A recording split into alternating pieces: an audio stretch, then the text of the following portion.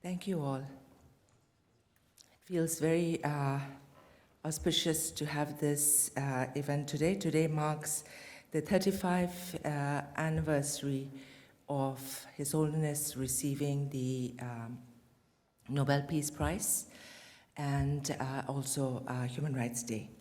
So we're gathered here for a conversation on the future of Tibet in US policy and strategy with the Honorable Nancy Pelosi, Speaker Emerita of the House, and Richard Gere, Chairman of the International Campaign for Tibet's Board of Directors. Public support for Tibet in the United States has been reflected in Washington's consistent and strong bipartisan legislative efforts, as reflected in initiatives beginning with His Holiness the Dalai Lama's first visit in 1979. And many of these initiatives, at the helm of it has been Speaker Emerita Pelosi, leading, always bipartisan, always bringing everyone together. And today with our chairman, it's an opportunity to hear about how Pelosi has done this and her vision looking to the future. And what happens here in the United States, it's important. I feel also I wanted to share a little anecdote about when I went to Dallas Airport once to receive a former political prisoner who we had been working for his release. And when he arrived, I was there at the airport, and we got out of the airport to the car, and he said, "Can you take my picture?" And I went to take his picture, and he said, "Well, make sure you get that." And I looked up, and he wanted the picture with the American flag. He told me, "That's the flag that gave me hope and inspiration." I could not keep His Holiness's photos with me, but I always had American flags underneath, between my clothes or somewhere, because it would give me hope, and he couldn't keep the Tibetan flag or His Holiness, but that was what inspired him. So the United States, what Congress has done, has inspired Tibetans and inspired others around, and so we're really thrilled and honored to be able to have this conversation here, and after especially a moving event yesterday where we were able to, where the speaker joined with her family and with all our Tibetan leaders from across the United States who had gathered here for their annual meeting, to have that kind of a warm atmosphere celebrating a woman who has really been fearless in her leadership for our cause and in supporting His Holiness.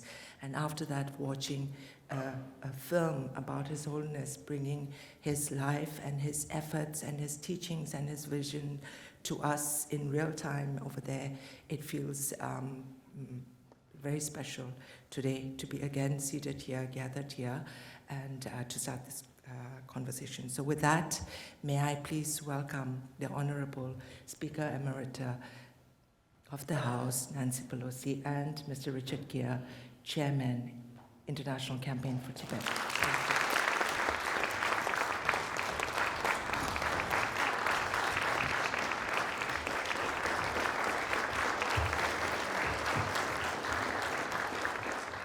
Welcome, everyone. And this is a very special event. This is such a great honor to have Nancy Pelosi here with us today. It's very special. And this is one of the busiest women in the world, and she's always had time for Tibet. We had an event last night, which was an honor from us in the Tibetan world who are outside of Tibet, but I think we were also representing those 6 million or so Tibetans inside of Tibet in honoring this extraordinary woman, this extraordinary human being who has always been there for the Tibetan people and has somehow, and I want to explore this in the next hour or so, how she's gotten into the Tibetan heart and how it's become spontaneous for her to be there for His Holiness the Dalai Lama and the people of Tibet. So thank you for being here, Nancy. I'm recalling a moment, since this is today the 35th anniversary of the Nobel Peace Prize. I don't think all of us really understood what that meant in terms of the Tibetan issue, in terms of His Holiness getting to the next level in terms of how he was perceived and known in the world. And I was there. I was very lucky to be there, and I think there was many of us here. Who else was there? Tempa, were you there? No, Tenzin Tetong was there. And it was an extraordinary event, Nancy. I don't know if we've ever talked about this before, but His Holiness spoke, and this was in an international forum, and I don't think His Holiness even understood quite what this meant to have the Nobel Peace Prize. And he spoke, and beautifully, and he spoke about the environment. For the first time, a Nobel laureate had spoken about the environment as being central to what we do in terms of responsibility as human beings. Afterwards, we all kind of gathered as one people, and it was completely international. People were speaking different languages. We were in the streets, and we all had candles. We'd been given candles. And we ended up walking through the streets, and somehow we became one, and all the languages came together. And everyone started singing spontaneously songs. And they were songs of peace and embrace and love and kindness and compassion. And the languages weren't separate anymore. They all blended together in one sound and one voice. And we came around Oslo to the hotel, the square, and His Holiness was up on the third floor, I think it was, on a balcony.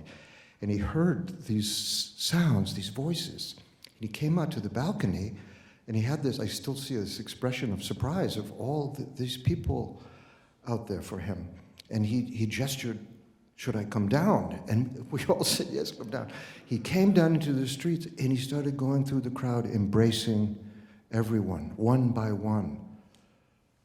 And as we well know, that moment kind of raised the whole issue of Tibet to a completely different level and made our work in the world much easier. But it also meant that His Holiness was working harder and harder and harder than he had ever worked before. And that also obviously increased my volume of responsibility in this world too. But I wanted to start here in the discussion with Congressman Pelosi of where it started with you. You felt this thing, some central pull towards the Tibetan people and His Holiness. Well, Richard, yes, thank you for your kind remarks. Thank you for your lovely introduction of both of us and the subject at hand. Well, before I go into me, I want to thank all of you because many of you have been, it's like a kaleidoscope, some of us in one phase of all of this and others in another, but coming together about it. And I want to just place us in time. His Holiness, when he received the Nobel Prize 35 years ago this week or today, as Richard said, it was the first time that a Nobel Prize was given to someone on the basis of their advocacy for protecting the environment, God's creation.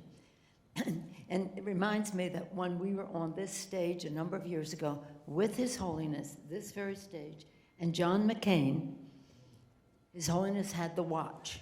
The watch is a watch that Franklin Roosevelt gave him when he was a little boy, when he became the Dalai Lama, and it had this Seasons of the Moon on it with science, and he's always been interested from a little boy on, not because of the watch, but exemplified by that in science and the rest.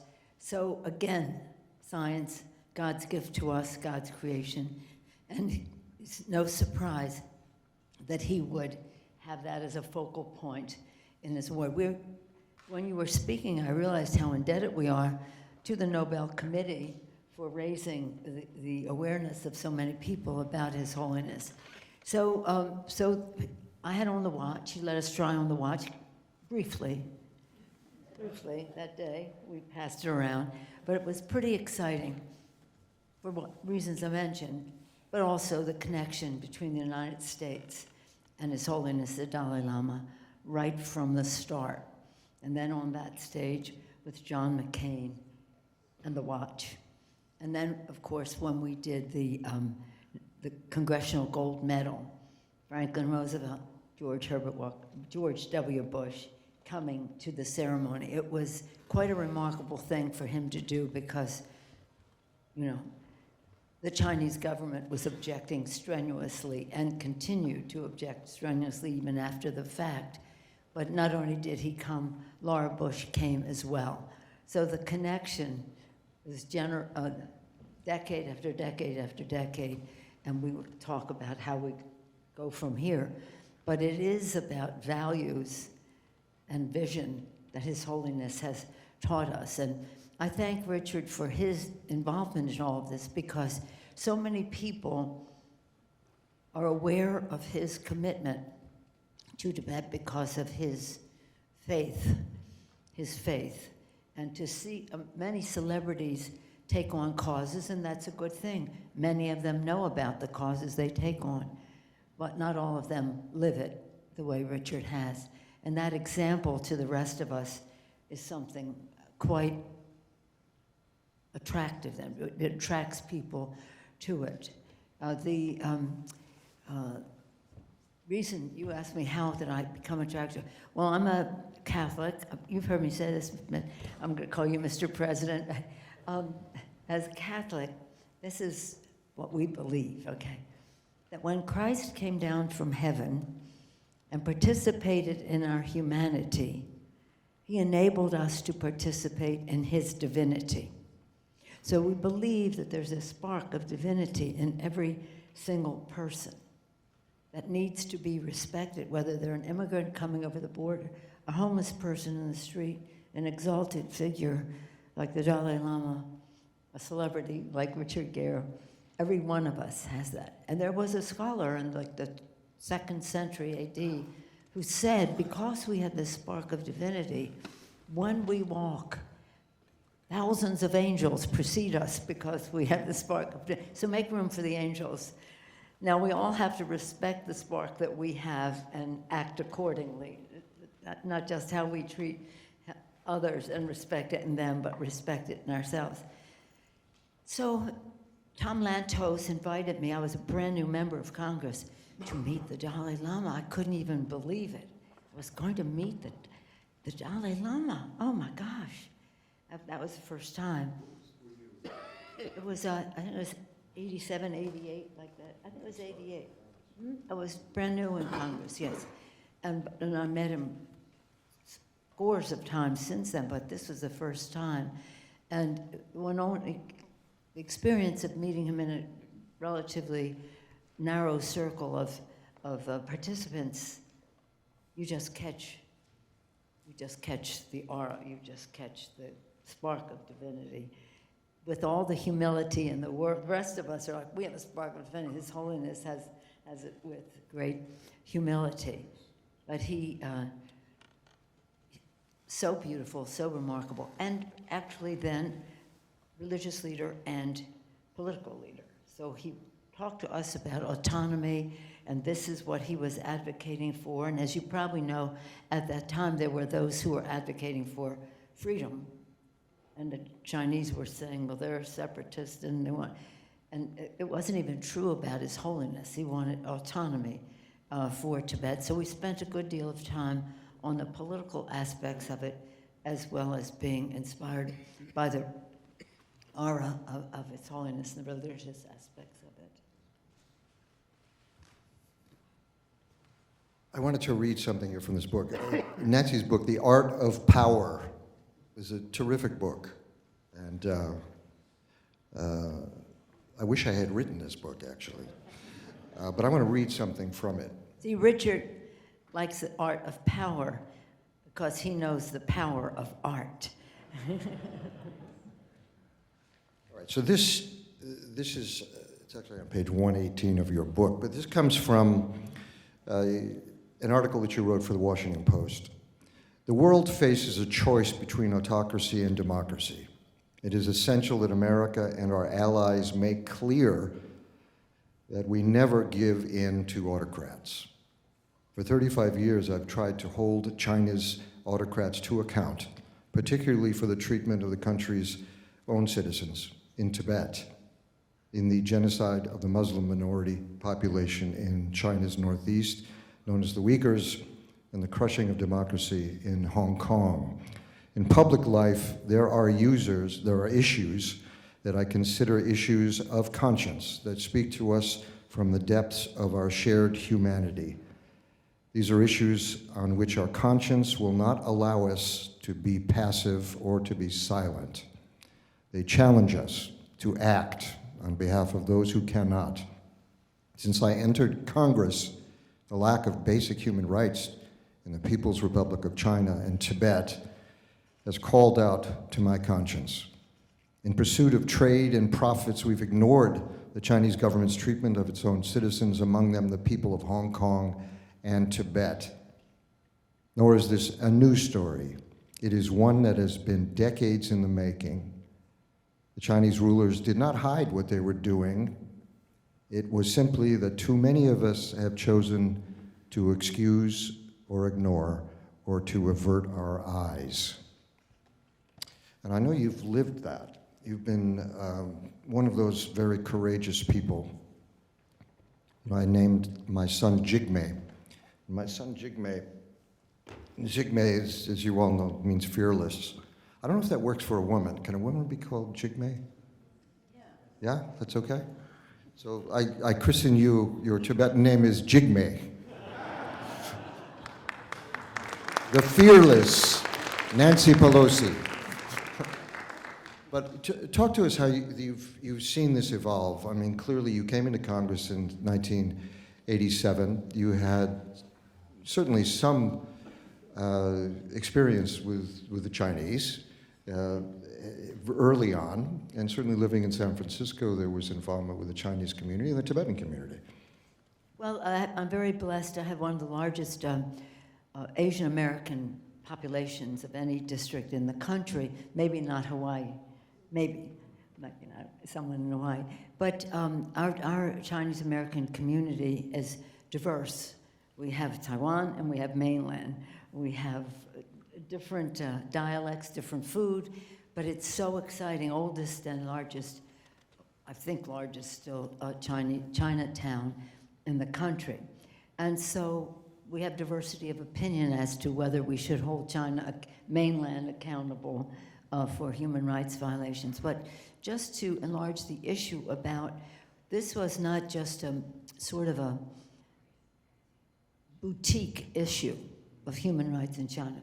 We're talking about the grand picture of our role as Americans in the world, in our relationships with other countries. When I will leave this week and go to the anniversary of the Battle of the Bulge, I think I mentioned that last night. When we go in place, it's about security, it's about economics, and it's about governance. And the security piece of it is one that had very much been jeopardized by the Chinese. They were selling delivery system technologies that they should not have been selling to rogue countries. So this is in '89 when Tiananmen Square happened. We said, we have a bill of particulars, of a list of grievances. One is, why are we not taking action against China for selling weapons to Pakistan, which they should not have been doing? And they said to me, well, we punish the recipient of the purchaser, not the seller. Well, that's ridiculous, right? That was their excuse. The second is economics. They had barriers to our trade, no access for our trade to go into China. If you wanted to sell into the Chinese market, they insisted that you give them your designs. After they had your designs, they didn't need you anymore. And I said, well, you can manufacture here for the cheap labor, but you have no access to the market, which was their goal. But we'll compete with you globally. We'll use your designs with our, shall we say, slave labor, and we'll compete with you. Well, that's not much competition globally. And then the third is governance. How do people treat their people? That has to be important to us. Well, we say it is. It is a value. And as I've said, you've heard me say it a million times, if we don't hold China accountable for its human rights violations because of economics, then we lose all moral authority to talk about it any place else in the world. So this was a big, we won every vote in the Congress over and over, but we never could succeed with the President of the United States to sign the bills that would have held them more accountable. And they were compromises. I mean, as you know, His Holiness is always looking for a path. And at that time, we had some debate about what the path would be. But we were able to join those involved in the Tibetan cause with the dissidents who were in America after Tiananmen Square, or at the time of Tiananmen Square, to go forward. But it was for me, and that's why we had a big vote, from a security standpoint, they were making the world a more dangerous place. From an economic standpoint, they were totally unfair to US products going into China, ripping off our intellectual property and the rest. In fact, when they finally did get an agreement on intellectual property, the Chinese had said, why are you holding us accountable? It's the provinces. They're doing it in the provinces. We can't be held accountable for that. Well, one of the first provisions of the bill was they should stop using pirated Microsoft software in their trade office in Beijing. So there's no truth to what was going on. And then, of course, the license that money gave them to kill, really, and to incarcerate and to limit freedom in China. And again, what happened, though, just so you know this, because this is, I think, important. What happened was, because they could flood our markets with their products, cheap labor, all that, and no, we don't have any opposition to a developing country having access to our markets. That's been sort of, okay, let's help them. But this was abusive in terms of no reciprocity. The trade was like 4 or 5 to 1, coming from them to us. When it was 2, 3 to 1 with Japan, oh, you're all too young to remember, but it was a big uproar. How could they be flooding our markets? This is double the margin of trade coming in. When that was happening, they were making so much money. Their foreign exchange was skyrocketing, enabling them to use that money to buy geopolitical support. But our money, buying geopolitical support against They were stockpiling dollars at that point, is what they were stockpiling dollars, US dollars, which created the basis for their economy, which is struggling now, as we know. Nancy, could you walk us through kind of how the general thinking has evolved? I know in the beginning it was clear that China was going to be changing. There was a detente.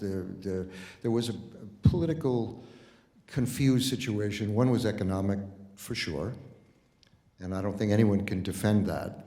But I think there was a geopolitical thinking also that if they were allowed to build a large middle class, that a sense of responsibility and freedom would trickle up into the government. And I think a lot of choices were made 30 years ago that we realize were completely wrong in their premise and basis. Can you walk us kind of through how that thinking evolved and where we are today in terms of that? Well, when we were doing this, now mind you, the naivete that I had, I was a brand new member of Congress. I was there 2 years at the time of Tiananmen Square. And I decided I was going to challenge President George Herbert Walker Bush, whom I loved. He was a beautiful, lovely Republican, but a lovely person. And that spark, he really did have it. And then, but here's the thing, when they're talking about that, they said, oh, Nancy, you're all wrong. It's going to be peaceful evolution. If we as corporate America make billions of dollars off of insurance and financial services, because we weren't selling that much, except financial services. So it was a Wall Street thing. They were making big money at the expense of a lot of the small businesses and moderate-sized businesses. So anyway, you're wrong. It wasn't, I don't know that it was a reason or it was a rationale or an excuse. But anyway, we're going to have peaceful evolution. Rising middle class, blah, blah, blah, more pluralism, all that. Deng Xiaoping, who was the prime minister at the time, he was president at the time, he said peaceful evolution, he condemned it and said that he would condemn anybody who was advocating it. Right when they're saying we're going to have peaceful evolution, he's condemning it at the same time. So there was no, it was, again, in my view, how many things they said? We must let them have the Olympics because they're going to help with, are you ready for this? North Korea. How about that? That worked out, didn't it? We have to let them have we have to let them have this because it's going to have peaceful evolution. That worked out, didn't it? So the thing is that President Xi is worse than the others. I mean, I don't have to even go into that. So it hasn't gotten better. It's too bad. And you know, we have global problems. Let's think globally. I have visited Bahrain and seen Iran. I haven't been to Iran, but I've seen it across the water. You know, they had silkworms from China. That's their submarines. But when we fear the threat, and this is, you know, not everybody will subscribe to this, but this is what I saw. And that is that if you're going to develop a nuclear weapon and use a nuclear weapon, you need 4 things. You need technology, you need scientists, you need a delivery system, and you need intent. The first 3 were made in China. The intent would be indigenous to Iran. The technology, the scientists buzzing around, weaponizing, you know, you have to develop it. Delivery system, that's their missile technology, that's what the Chinese have been selling all along. And that's the question of, would Iran have the intent? So their proliferation has been dangerous globally too. But for some reason, to me it's about money. We have decided we'll have this balance. Now, in the meantime, in these 30-some years, they've become a world power. They were a developing country, then we had to treat them as a developing country, which was a little generous of us, but nonetheless we did in terms of our... They wanted to be perceived that way. Yeah, also. but they aren't a developing country anymore because they used our money to develop, you know, T-shirts $1 less and add it all up, and they're in Latin America, they're in Africa, they're all over the place, buying geopolitical votes at the United Nations and every place else so that they are not held accountable. But you know what? We don't agonize, we organize, and that's what we're doing here today. It's a... Well, I think it's a rarity that you've been there. Did you meet Deng Xiaoping? Was that... No, I never met him. He did come to San Francisco, but I was in Washington at that time. Well, he was obviously the then, kind of architect of where we're at now, where the Chinese have evolved. I mean, he was the reformer. I always remember asking, where is your great rebel, you know, that brings you into the new world? I said, we had him already. It was Deng Xiaoping. From their point of view, he radically changed things for Mao, which he did. But he also said, you know, forget about this idea of democracy and freedom. That's generations and generations away from now. We won't allow that. You have been involved with, I think, 4 or 5 Chinese presidents in your time in Congress. Can you talk about maybe how your communications have evolved with them, and how, we've talked about this before, how your relationship with Chinese representatives, ambassadors, et cetera, how has there been any change in the ability to discuss things on a very deep level and an open level? Well, there was one change that came when I became speaker. That made a difference in their view. So I was no longer a freshman member from San Francisco. I was now a Speaker of the House. And they came to see me and they said, we want to reset our relationship. We want to invite you to China as a head of state for your delegation to come and we'll discuss issues. And I said, well, you can't expect me to go there and not mention human rights, but I will make it a trip about something. We'll go back to what His Holiness got the Nobel Prize for, climate, the planet, because we really cannot save the planet unless everybody's in that game, and China being a major emitter, as we are as well. So they had the trip, and we brought our delegation to China. It was quite lovely. You know, they closed down the, what do you call it? Where Mao's picture is, you know, right across from Tiananmen Square. The Forbidden City. They closed it down so we had complete access. Closed the roads. They treated us really swell. There was no one on the highways. There was no one moving. Nothing, I right. know And this. then these beautiful meals with multi, and everything. And so it was, you know, it was a good effort. It was gracious hospitality. That wasn't really what we were concerned about. We were concerned about how they treat their people, not how they were treating their guests. But then I told them I wanted to go to Tenzin because I had read that's where they were making some electric cars and all that. And they enabled me to do that, us to do that on high-speed rail. It's about a 3-hour drive. It took 29 and a half minutes, according to the conductor, to get there. So anyway, we could praise some of the efforts that they were engaged in. And so we had a good rapport. We understood each other. You know, it was no illusion about what was happening, but we were being pragmatic about how we could find common ground, because it really is essential that we find common ground on the climate issue. In fact, President Xi, both of them, I've said to them, you have to go to Alaska and see what's happening in the Arctic, because the glaciers are melting at such a rapid rate. And while you don't border the Arctic, you impact the Arctic because of the emissions in China, as do we, but we do border it as well. But I never got that, they never took that trip. But anyway, we had that kind of a conversation going.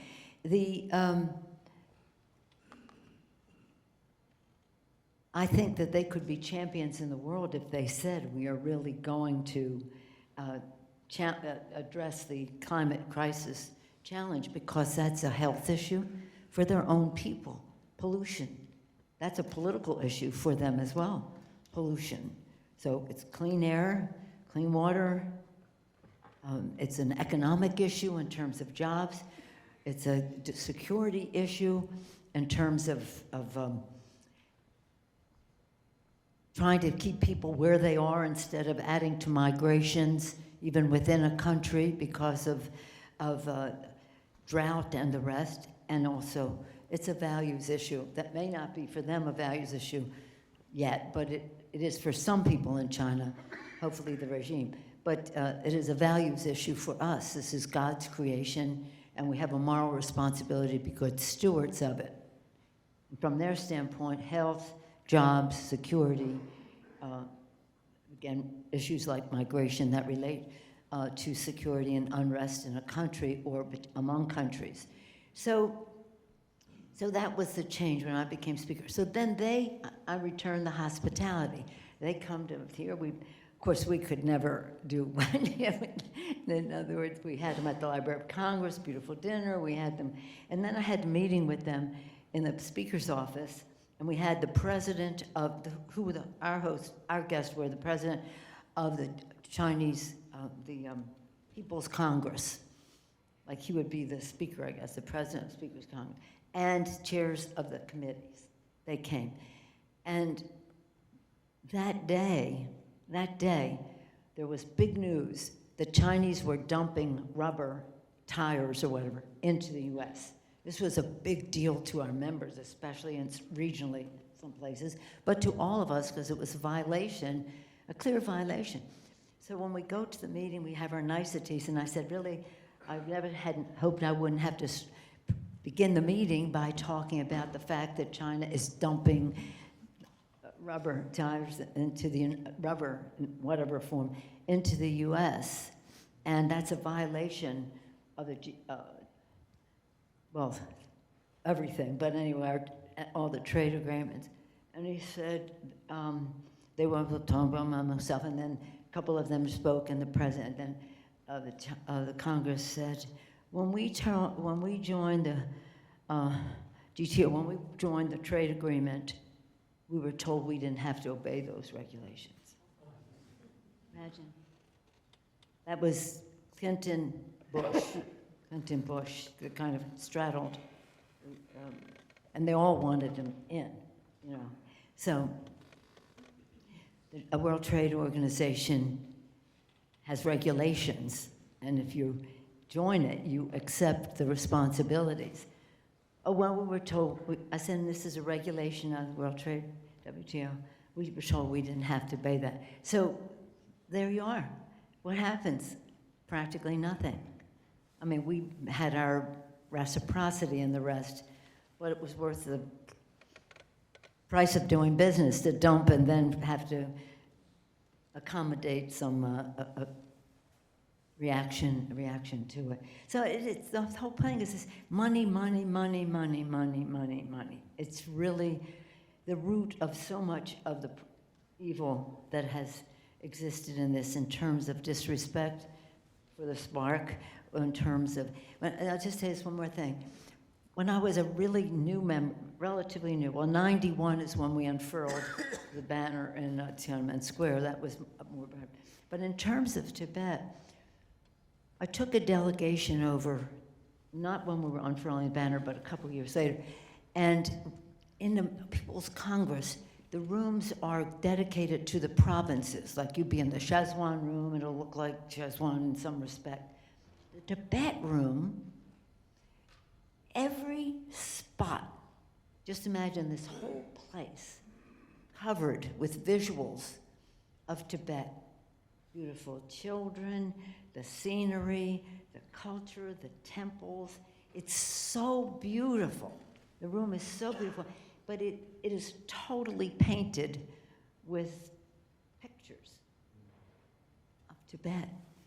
So when we were we came together, and then they were hosting a luncheon in that room, and when the chairman of the Foreign Affairs Committee or whatever, and so I said, you know, it's so interesting to see us in this beautiful room, which pays such beautiful tribute to the culture, the people, the religion, everything of Tibet.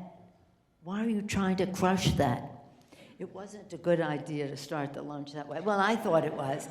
He didn't. But imagine taking pride, boom, and then trying to cyanize it, and therefore change it, eliminate it. So it's a cultural, political, economic, global challenge to all of us, and I think we have to take real pride in the fact that, while it may not look pragmatic, to be concerned about how that third thing of governance is important relates to the economic and relates to the security piece.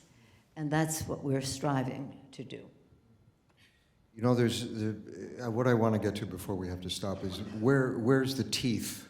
Where do we, the fulcrum point, the leverage point with them? And what we've been able to accomplish, and you were central to all of these things. The very important Tibet Policy Act of 2002 was a huge turning point. It became U.S. law that we care as an American government, the American citizens, we care about Tibet. That was the essence of that. But there were a lot of details in that. It became very important. His Holiness getting the Congressional Gold Medal in 2006 was also another point where things were elevated to another point, and I was there also at that, and it was incredibly moving to seeing Republicans and Democrats and everyone who spoke so beautifully on behalf of His Holiness and the Tibetan cause. There was a major event in the Rotunda. And it was almost like we're there, and it's like the Sistine Chapel of America there, and people speaking about His Holiness the Dalai Lama as if he was a founding father of America. It was kind of extraordinary. President of the United States. The President of the United States and He his doesn't wife. They don't come to the gold medal ceremony. This is not unusual. It's a congressional gold medal. Speaker is right. But we wanted the president to come for And that. this was particularly a time when the U.S. was trying to create another level of détente with China. So for everyone to show up and speak so forcefully on behalf of Tibet, I think everyone had to carry some weight after that from the Chinese. The Tibet policy and the Reciprocal Access to Tibet Act of 2018, I think, was another level of bipartisan, completely, of bringing to light the extreme policies of China in Tibet, which were continuing and getting even worse. The Tibet Policy Act and Support Act of 2020 and the promotion of resolution to the Tibet-China Dispute Act, which was just passed this year, 2024. These are all important things. No other country has been able to achieve that. This is an extraordinary thing. This group of people, most of the people who are here in the room right now, were party to that. And bipartisan and bicameral support for Tibet and the survival of Tibet and Tibetan culture, Tibetan society, Tibetan people. We lost teeth with the Most Favored Nations Act removal. Could you speak to that and maybe what happened? What was the thinking at that point? Which was the controls we have over how China behaves to their own people and most especially to their occupation of Tibet. Now that how we lost that and how to gain some kind of teeth against the Chinese. Well, let me say that I take second place to no one in Congress of the United States in my criticism of China and all the things that we talked about here. But I do object to it being used as a bludgeon in a campaign when it isn't really grounded in what our complaint is. It's just used as a political tool. So we have to handle it not with gentle care, but at least pragmatic care as to how we would go forward. When we were fighting for Most Favored Nation status against Most Favored Nation status, we were winning everything. We were winning everything. We were winning every vote, but we couldn't override a presidential veto. Or even if the president signed it, that they would do what they were supposed to do. That would be Bill Clinton. He was not good on this. George Herbert Walker Bush was not good on it. I mean, it's just Wall Street at that early time. So, and President Clinton would know that I disagreed with him thoroughly on it. But no, because they said they were going to do something, and it just didn't happen. So that gave the Chinese all the encouragement. But okay, so here's the thing. Know your power in this.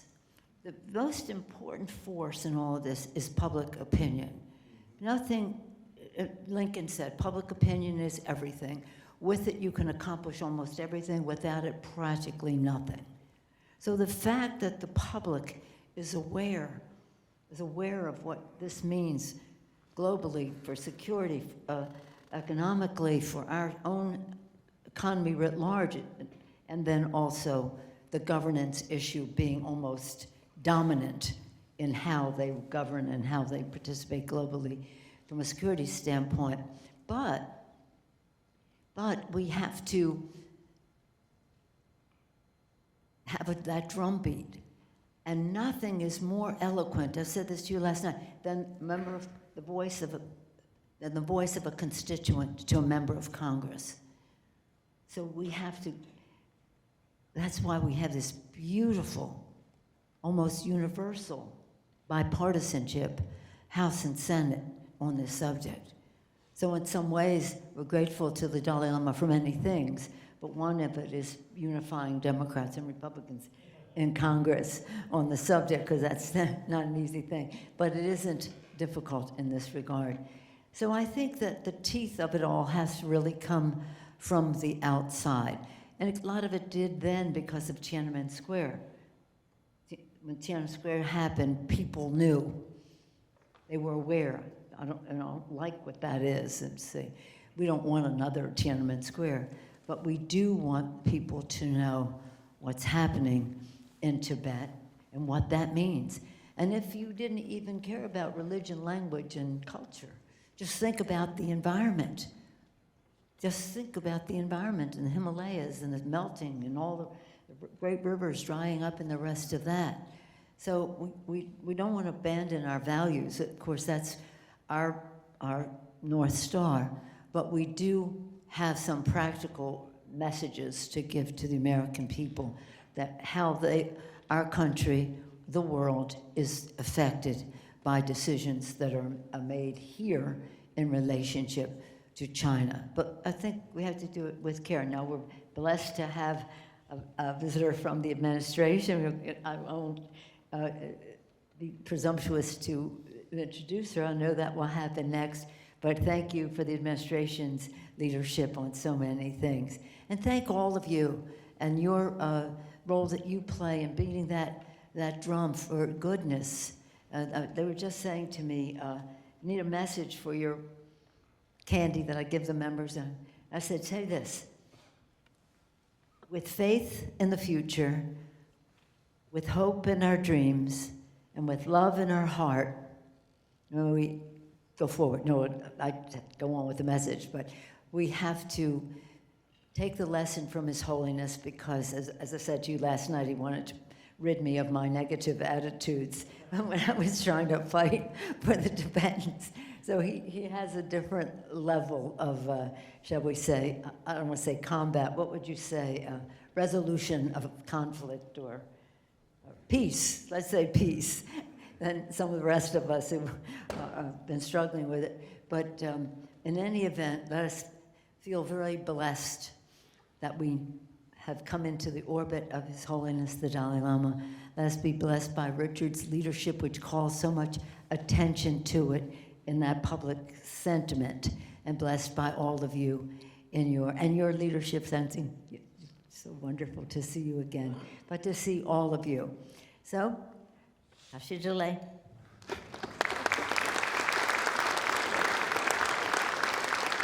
Thank you, Speaker. I wish we could do this longer. They're going to throw us out of here soon because we got another thing going on.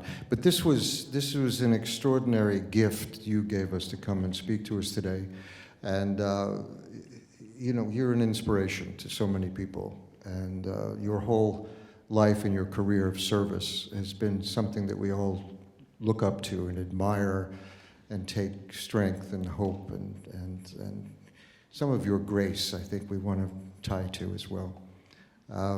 There's a couple of people that I think want to say a few words. I think Undersecretary Zeya, who's a dear friend of all of us and has been working hard on behalf of the Tibetan people, the Special Coordinator for Tibetan Issues.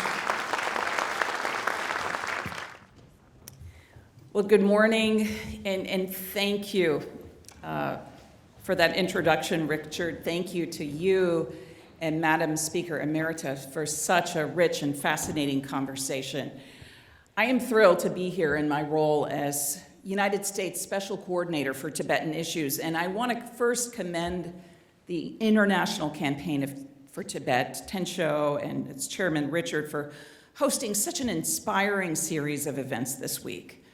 And it's truly an honor and a privilege to follow Richard, a true titan in his advocacy for Tibet, but also to once again congratulate Speaker Emerita Pelosi for her incredibly well-deserved Light of Truth Award for her decades of leadership championing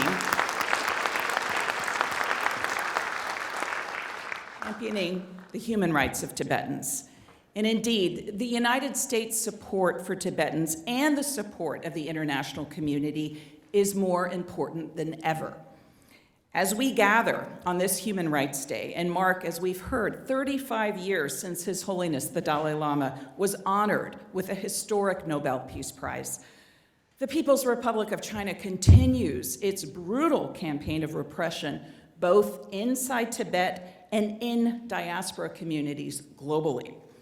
In the name of sinicization, The Chinese Communist Party seeks to distort historical narratives, prevent children from learning their native tongue and practicing their traditions, damage the Tibetan Plateau's environmental and water resources, as we've heard from Madam Speaker, without meaningfully consulting Tibetans, thereby impacting billions of people downstream, and even replace the very name Tibet in international discourse. All the while, the CCP seeks to co-opt Tibetan Buddhism itself and the succession processes of Tibetan Buddhist lamas, including His Holiness. But we know that many of these trends are not unique to Tibet, and that's why it's so heartening to see such cross-movement solidarity in today's audience. Last week, in my role as a commissioner for the Congressional Executive Commission on China, I had the opportunity to hear powerful testimony from activists across diaspora movements who spoke eloquently of their long-time struggle against PRC efforts to silence them. Throughout my 3 years plus as Undersecretary and Special Coordinator for Tibetan Issues, I have relied upon such activists and civil society as essential partners, shining a light on ongoing abuses by the PRC. You, all of you, have helped inform and drive a decades-long arc of US Tibet policy. Our congressional counterparts on both sides of the aisle, including Speaker Emerita Pelosi, the CECC Chair, Chris Smith, and many others here today, have given the United States the tools and the authorities to keep Tibet at the forefront of US policy, including by establishing my role as special coordinator.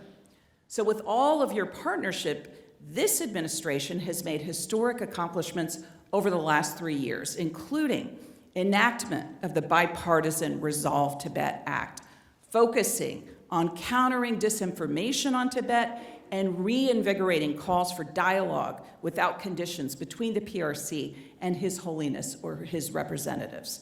Second, we've deepened international solidarity in support of Tibet. This is echoed across high-level statements, competitive actions, and through the behind-the-scenes bilateral and multilateral coordination with allies and partners. This was demonstrated by more than double the number of Tibet mentions in the PRC's latest Human Rights Council Universal Periodic Review last January, compared with its 2019 review. And third and finally, we've taken a series of actions focused on promoting accountability for PRC abuses targeting Tibetans, including, for the very first time, designating 2 PRC officials under global Magnitsky sanctions in connection with serious human rights abuses in Tibet, pursuing visa restrictions for PRC officials involved in the forced assimilation of over 1 million Tibetan children in government-run boarding schools, and most recently in July, imposing visa restrictions for PRC officials for their involvement in repression of individuals in marginalized religious and ethnic communities. Now, we know there is more work to be done. Until a negotiated agreement for meaningful autonomy is reached, there is work to be done. Until Tibetans everywhere are able to exercise their human rights and fundamental freedoms, there is work to be done. Until Tibetans can practice their faith as they wish and speak their language, there is work to be done.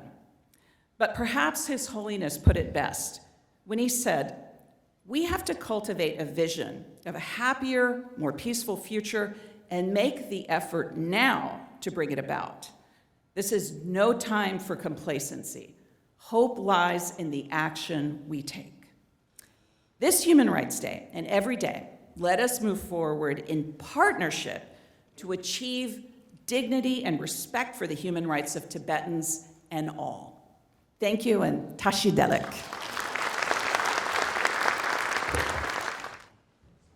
I think a presentation here. Oh, we have our dear, dear friend, the president, the Sikyong, Penpa Tsering.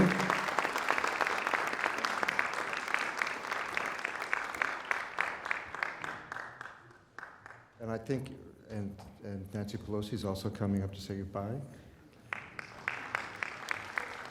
But I think I got a lot of them. It's okay.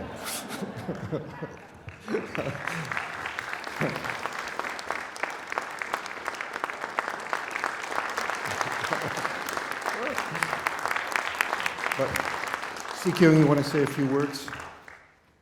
Mr. President. Thank you.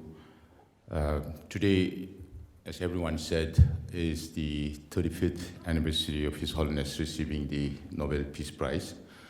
And Tibetans all over the world celebrate this day. But I'm here to honor, to take part in the ICT's program to honor Speaker Emerita Nancy Pelosi for her lifelong support for Tibet, and of course, Richard La for her. So we have two big pillars of support for Tibet, and then you add Undersecretary Zeya. Over the last 3 years, we worked together. Under the circumstances of US-China relations, it's very difficult to move forward, but within those constraints, Zeya, Undersecretary Zeya, and Alison, I want to acknowledge the presence of Alison here from the State Department. So I won't take too much time because we are short of time. All I want to say is that Tibetans, His Holiness the Dalai Lama, and the Tibetans have nothing to offer to you materially. Only thing His Holiness can offer to you is peace of mind.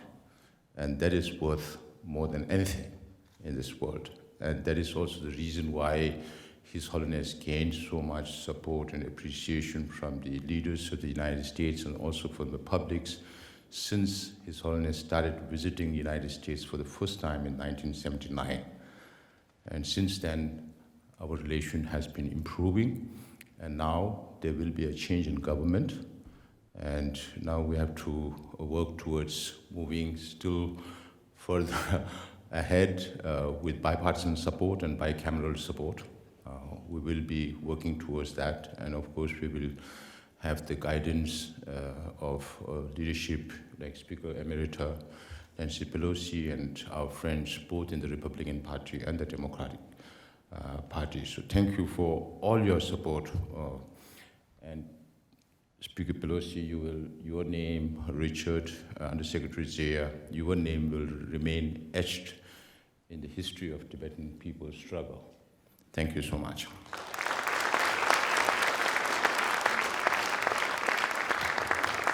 I'd just like to say something quickly, too, about Tenchola has done such an extraordinary job here in Washington, and it's a very tough...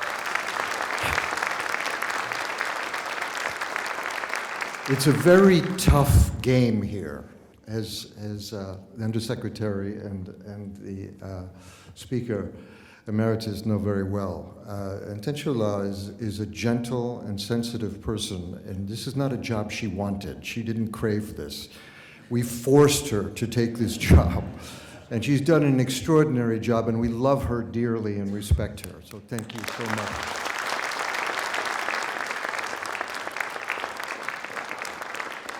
When I offered the second scarf to Speaker Pelosi, she was saying, I received one last night. But I keep telling all our visitors to Dharamsala, once you come to Dharamsala, when you go back, you have to open a scarf shop because every office offers you.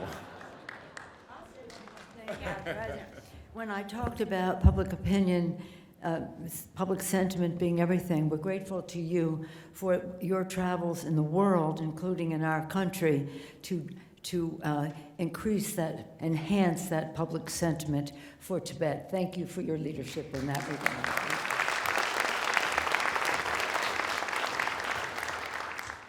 Thank you. I wanted to also say all of this doesn't happen because of a few individuals. There are so many to thank. I want to thank Representative Namgyal and the Office of Tibet and all the team and all the Tibetans who have come here on their own time and expense to join us for these days. I want to thank the Speaker Emeritus staff, past and present, who have always helped us so much putting things together. And I want to thank Undersecretary Zeya's staff, Allison, and also past staff. The office is key to working together with us, and those staff have always helped us. I want to thank also our ICT staff who have been really working so hard.